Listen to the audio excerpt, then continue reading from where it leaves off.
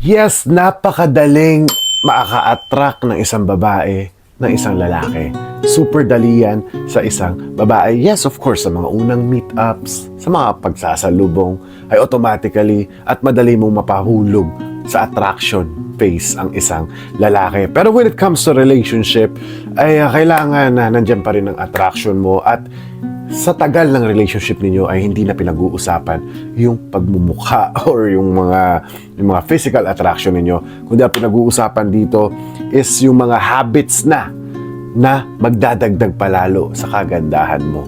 So ngayong araw na to, ang pag-uusapan natin is yung mga feminine habits ng mga babae na sobrang attractive sa mata ng mga lalaki. So kung bago ka pa lang dito sa aking channel, ay please do subscribe sa aking channel, and also maya-maya pag nagustuhan mo tong ating video ay iwanan nyo lang tong video natin ng isang like lang.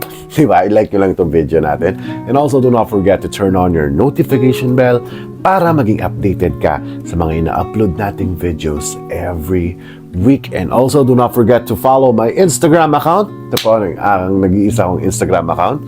Yan po, follow nyo lang po ako dyan. At yes, may mga pictures, may mga videos po akong ina-upload dyan.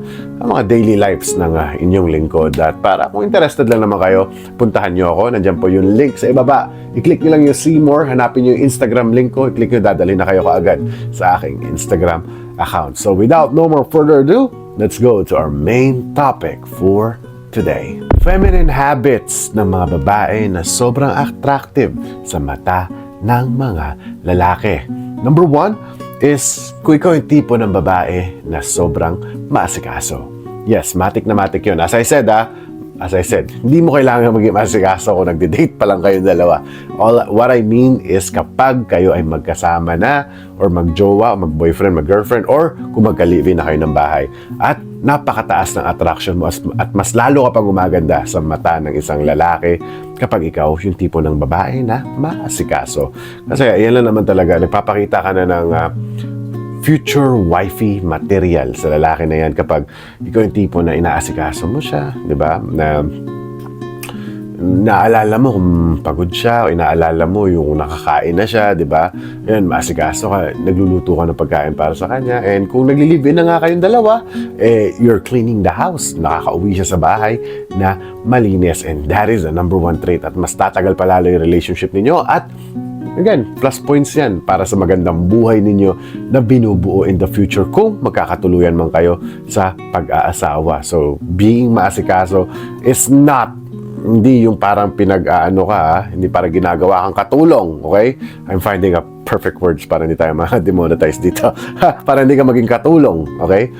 Para hindi ka maging katulong sa bahay. Yes, ganun lang.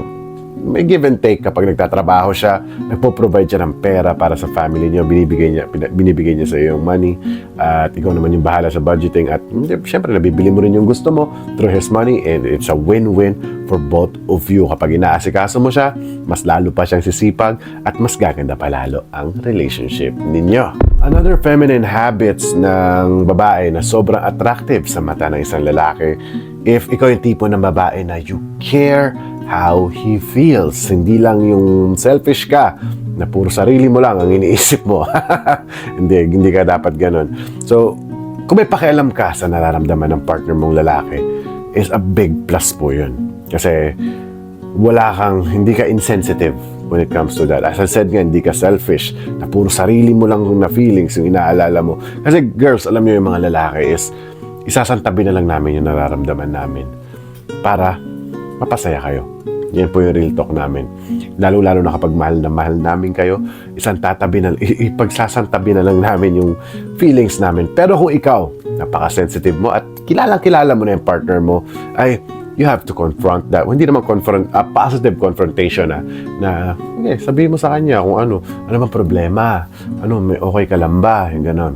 Tatanungin mo in a quiet way, yung hindi na mag-aaway, yung hindi kayo mag-aaway na dalawa, on a very soft way, at para mapag-usapan ninyo at baka makatulong ka pa sa problema niya. So, kung may pakialam ka sa feelings niya, it's a win-win for you, at ayan ang pinakamagandang feminine habits ng babae na napaka-attractive sa mata namin. Another feminine habits ng babae na sobrang attractive sa mata ng lalaki is kung ikaw yung tipo ng babae na maalaga sa face, okay? Ikaw yung maalaga sa face mo, na hindi mo hinahayaang mag-dry yung balat mo, di ba? Kasi meron mga babae kasi minsan na nagto-20s na hindi nalagaan yung balat, mabilis nakakaroon ng wrinkles. Kaya kahit 25 pa lang sila, nagbumuka na silang 30 plus, di ba? Kasi kulang sa alaga. Napaka-importante rin po yan. Mapalalaki man o mapababae, kailangan may proper skincare din tayo. Naalagaan natin, binibigyan rin natin ng nutrients ang ating mga mukha. At yes, gaya nga ng inyong lingkod. Papatanong, di ba? May nagtatanong sa comment section, idol, ba't ang kinis mo? Diba? Napapatanong sila. Ito ang kasagutan kung bakit makinis ang inyong idol. Ito po ang Aria Prime Gluta White Body Lotion. Hindi lang ang mukha ang makinis, pati buong katawan. At puntahan nyo ako sa Instagram. Sa Instagram ko, makikita ninyo. Yung mga pinopost tayo doon, walang damit. So, i-check nyo lang po yan. Ito po ang Aria Prime Gluta White, ang personal na ginagamit ng inyong lingkod. Kaya tingnan nyo nga again. Kaya napakakinis ng balat ng inyong lingkod. Ito po ay maraming mga benefits. Hindi lang po siya basta-basta na body lotion na, ayun lang, para mag-moisturize. No, napakarami pang effect. At pinakamagandang effect nito ay nakakaputi siya ng balat 100%.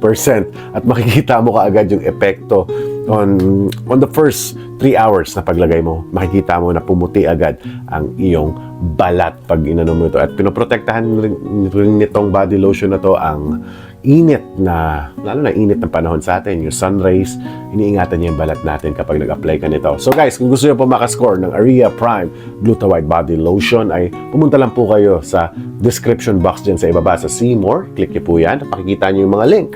Kung ikaw ay nasa Pilipinas, meron tayong link dyan sa Shopee. At kung ikaw po ay nasa South Korea, may link din po tayo dyan sa Coupang. Kung ikaw po ay nasa South Korea, at para makita niyo pa at para makapili pa kayo ng iba't ibang product ng Aria Prime, ay pumunta lang po kayo sa link nila ng TikTok Live Shop. At napakarami pong iba't ibang klaseng product doon na baka mahihiyang ka at magagamit mo at baka mag-improve pa lalo ang balat mo at mas lalo ka pang gumanda sa mata ng partner mo. So once again, bumili na kayo ng Aria Prime Glow at kita-kita nyo ang resulta.